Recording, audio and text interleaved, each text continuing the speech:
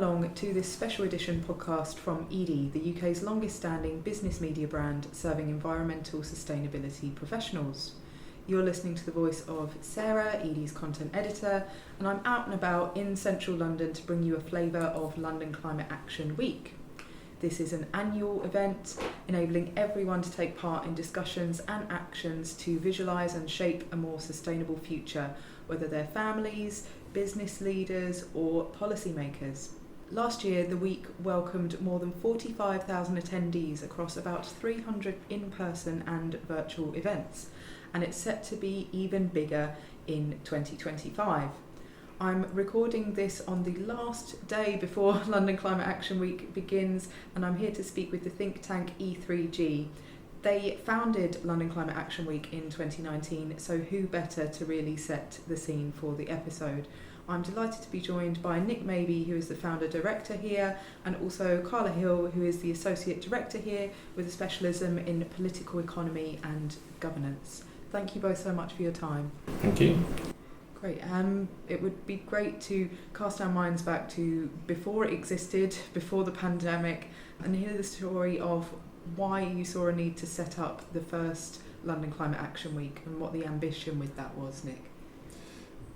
The motivation came in many ways from walking around a very hot New York in September, talking to lots of British people at an event run by a London-based organisation and thinking, shouldn't we be doing this in London as well as in New York? And when I went around and talked to people across London and talked to around 100 organisations, suddenly it became really clear that London had by far the largest concentration of climate professionals in the world. In fact, now it's over 300,000 people working on climate environment in London.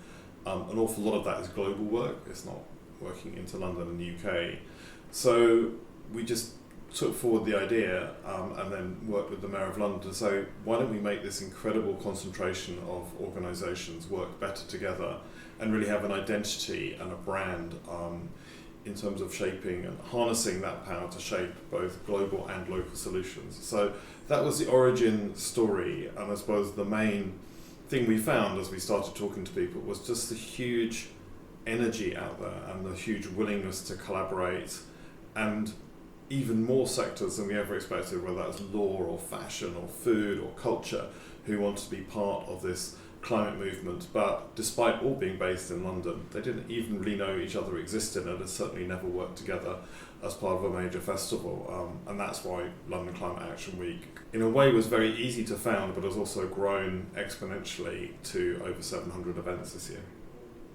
Yeah, I was going to ask about that growth. As you said, the appetite seems to still be going really strong, even with a range of challenges in mind, whether that is it survived the pandemic, it has survived the sort of so-called war on ESG in America, and as you say, it's going to be the biggest one yet this year. So could we get a bit of a flavour of how the week's grown, and now what are the biggest things that are a part of the week?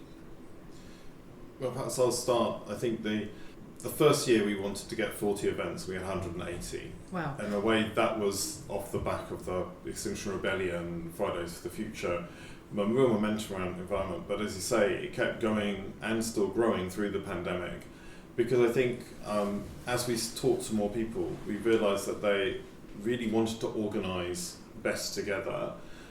So we've not just grown in scale, we've also grown in structure. So we've really worked hard to organise clusters of industries and groups. So the legal sector was one of the first ones we worked with. Obviously finances, over a third of events are in the finance sector, finance and insurance.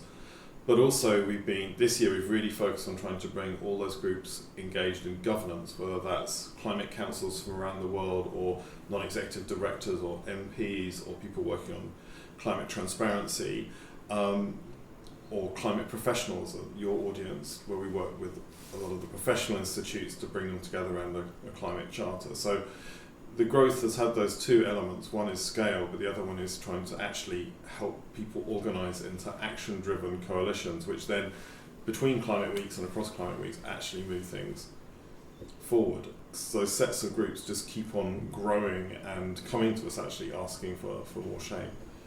Karla can also talk to some of the big the big new initiatives which are going to be launched this year? So we knew London Climate Action Week 2025 was going to be big when we started to arrange the regular stakeholder briefing calls, and we started getting 1,000 sign-ups for those monthly events. So the scale is bigger than ever. We've more than doubled this year, and we are delighted that we're hosting 700 events across London. As Nick said, the diversity of the events is really incredible, from grassroots through to London-wide, working with the GLA and the Mayor of London, particularly with the Deputy Mayor, Melia has been a huge ambassador for London Climate Action Week, really being a visible moment for people and communities in London to see climate action, through to global convening and a lot of international people coming into London to be part of it. So it's fantastic. I think the ethos that we keep at the centre is this inclusiveness, openness, spirit of radical collaboration, and giving people structures that they can then be creative and work together in, and that has been hugely successful. We are launching the week with an opening event in partnership with Welcome, and then we've got a number of focus areas around climate and health, and bringing that into the centre of people's thinking, understanding about the impact of climate, but also the way that the solutions can also help people to have better health and well-being. Looking at risk and resilience and how insurance can play a role. Looking across the week, we've also got big events around climate politics, climate governance, and climate resilience. So it's going to be a big week. The sun is going to be shining in London, so we're looking forward to having a lot of people out and about.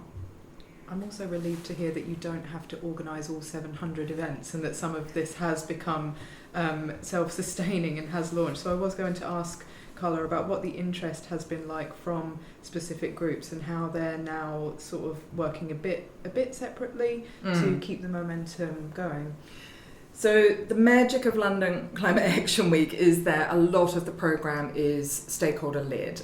So most of the 700 events are organised by our partners and by a much wider stakeholder community. And what we've really tried to do at E3G is to provide the platform and the communications and the strategic direction around the platform, and then really allow people to come together and work together and bring their events. So it's a public good and a platform that is powered by a small team at the centre, and then that allows this much wider, vibrant, diverse program to be created.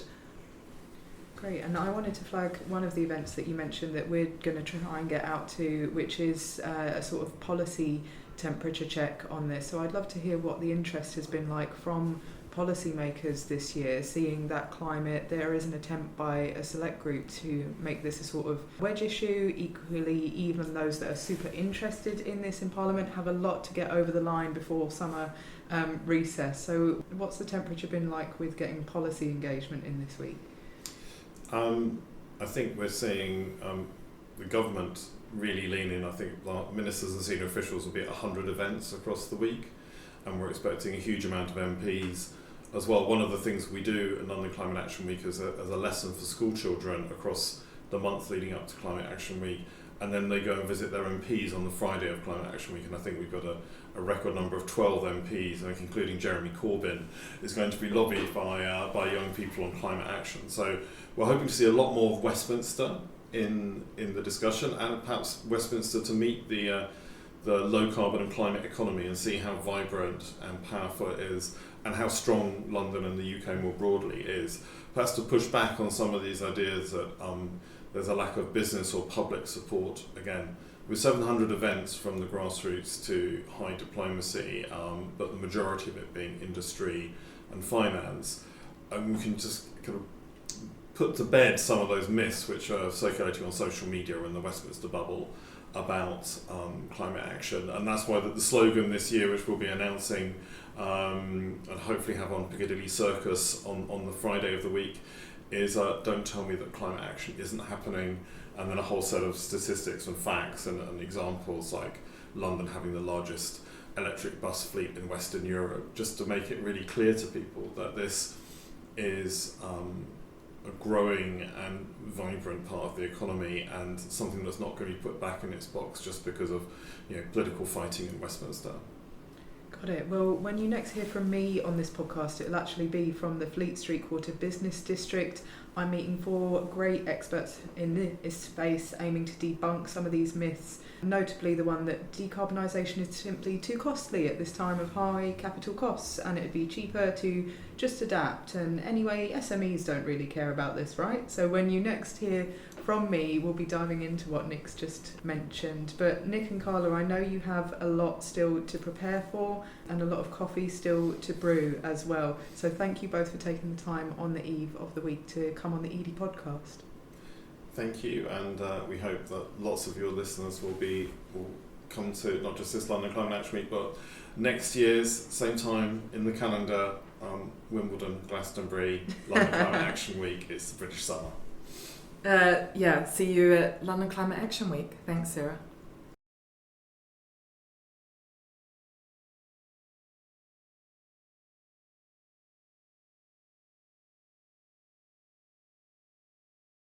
Yes, so for this next part of the podcast, we are really in the heart of the action here at London Climate Action Week. I am here for the Fleet Street Quarter Climate Festival, which is all about bringing together businesses in particular from across the city. And I'm here with someone who is hosting an SME Climate Forum this afternoon, Andy Melia, Chief Executive of Heart of the City. Thanks so much for your time, Andy. Thanks for having us.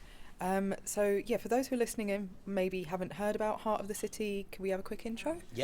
We're a small charity that is dedicated to supporting small businesses to embed social and environmental value into their operations, and we do that providing training and support, very practical hands-on support to SMEs to really understand what that means, but also working with large organisations, both public sector and private sector, to support them to work with their businesses and their supply chains.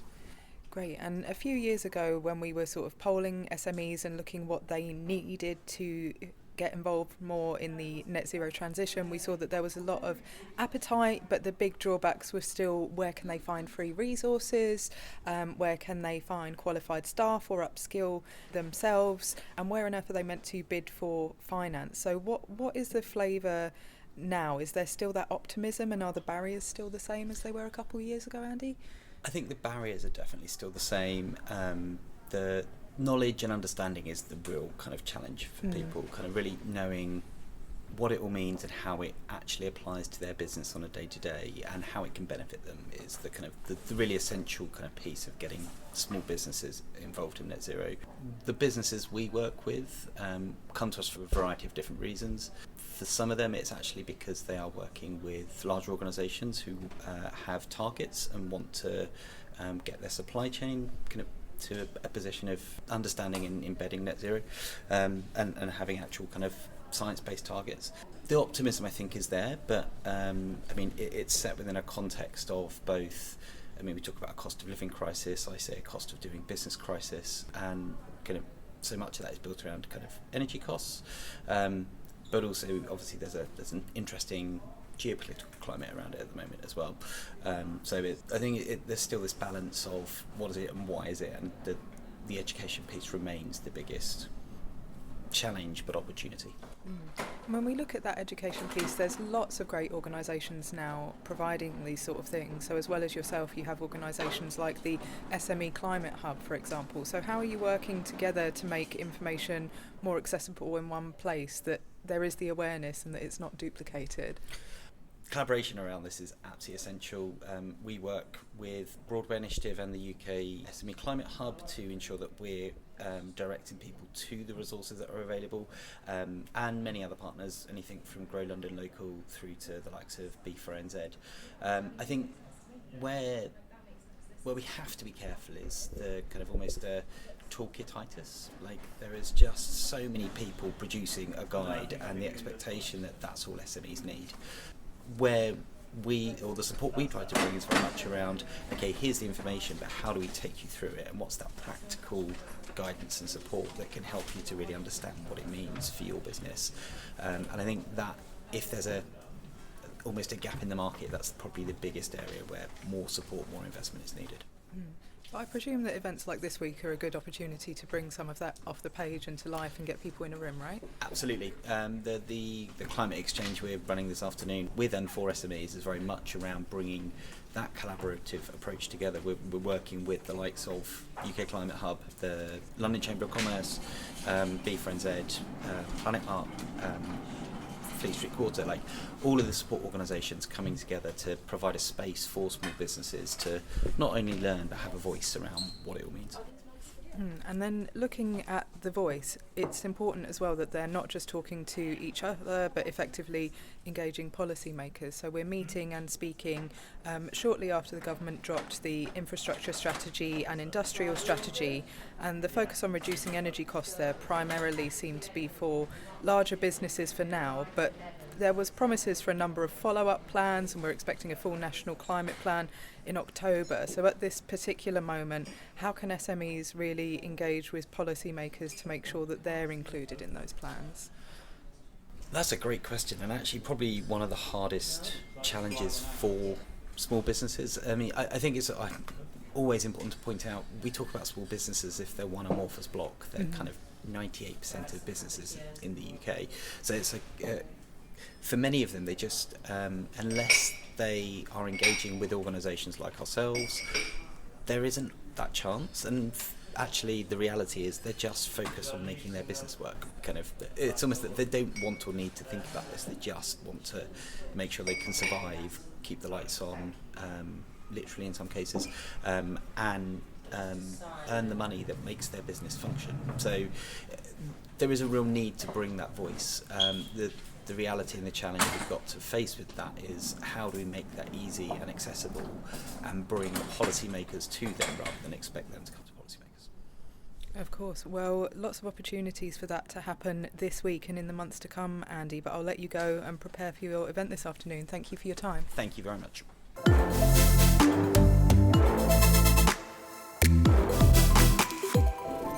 So it has been remarked by the Green Finance Institute that nature finance and corporate nature action used to be more of the mainstay of New York Climate Action Week. But the voice of nature is definitely here, loud and clear at London Climate Action Week. And with that in mind, it's great to be catching up with Joanna Leyden, who is Circular Economy and Biodiversity Group Manager for the City of London Corporation. Thank you so much for taking the time. No, thank you for having me. So for those who aren't familiar with the City of London Corporation, Joanna, maybe you could introduce it and a bit about your role and your recent work there. Yeah, sure. So, I work for the City of London Corporation, and we are the kind of governing body for the Square Mile, which is the financial district in London. And my role is Circular Economy and Biodiversity Group Manager, so I am in charge of rolling out our circular economy framework across both the corporation and our own operations, and also the Square Mile, and then looking at our biodiversity action plan for where we can enhance and increase biodiversity, again, within the Square Mile boundaries. Great, and it'd be great to hear a little bit more about that framework. So how was it developed and what does it intend to do? Yeah, so the circular economy framework, the ambition of it is to transition us as an organisation to operate circular by 2040 in alignment with our net zero commitments. I think you can't really have net zero without a circular economy, so it's kind of looking at how we transform our operations and how we operate as an organisation, but then also what influence we have on the Square Mile and how we can help facilitate circular practices within the Square Mile as well. So at the moment there's a lot of data capture, understanding our baselines and where we're at, and then looking at how we can use that data for data-led solutioning moving forward to make some real change. And I'd ask, is the business case for a circular economy being better understood? Because MPs recently said, this is up to a £25 billion opportunity for Britain, and as you mentioned, some of the metrics and some of the digital tools and some of the frameworks are getting there, but when you speak to people internally or at other businesses, do they understand this opportunity? I think we're getting there. I don't think it's fully been realised yet, the full opportunity, but I definitely think we're taking steps in the right direction. I think you can see from a number of businesses that are thriving through circular practices. eBay, it's like the original kind of circular business, but then also like Vinted is one that's come up and it's now the largest retailer for clothing in France, which is an incredible kind of achievement. So yes, I think the opportunities are starting to be realised, and I think with circular practices there can be some substantial cost saves as well. So I think once you talk that language, then there's real opportunity. Yeah, the language I'm seeing about it recently is one of like resilient supply chain, lower cost supply chains, Absolutely. rather than just, the feel-good factor. Is that something you're seeing as well, Joanna? Yeah, 100%. I think with the current climate of the world, and I think this is where my job kind of nicely ties in with the biodiversity element and circularity, because it all comes down to resources and how we protect our natural resources. And I think that resilience piece is really, really key. If we're protecting our nature, we're trying to regenerate it as much as possible, there's more to kind of be used going forward in the future. So absolutely.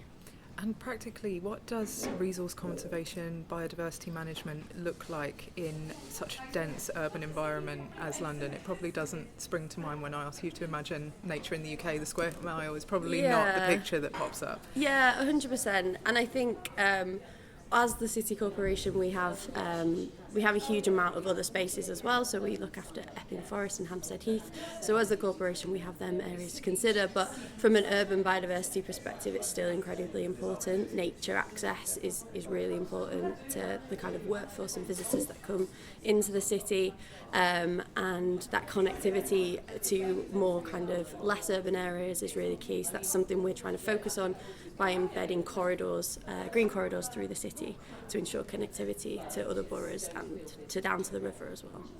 That sounds like absolutely fascinating work, and I think we're seeing more of it on the agenda here at London Climate Action Week. So at the City of London Corporation's big launch event, there was actually a panel on nature finance. I'm hearing from people here today that there's actually been debates on, the rights of nature. What right does a river in London have? So do you feel that this has moved up the agenda this year?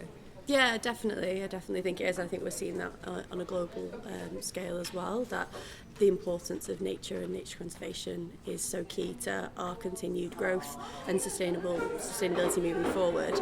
I think we're getting there, that we're getting the right kind of coverage. And you say that we're getting there, and the emotion is definitely there, the momentum is definitely there. What do we need now to turn that into action for businesses? I feel like a few years ago we were talking about, the evidence isn't there, the metrics aren't there, what's the data, how do I measure it? What is the next big frontier, do you think? Yeah, I think there's got to be a level. I think there's quite a lot of optional reporting. I think there needs to be some more mandatory reporting around people's impact and making it clearer on what metrics need to be reported and how that should be governed. I think there is still that kind of it is still that optional extra, and not necessarily something that we have to be doing. So I think that would be a real step in the right direction to kind of make that element a bit more mandatory. Great. Well, Joanna, I know we've got a busy day ahead, so thank you so much for taking the time to chat with me. Thank you.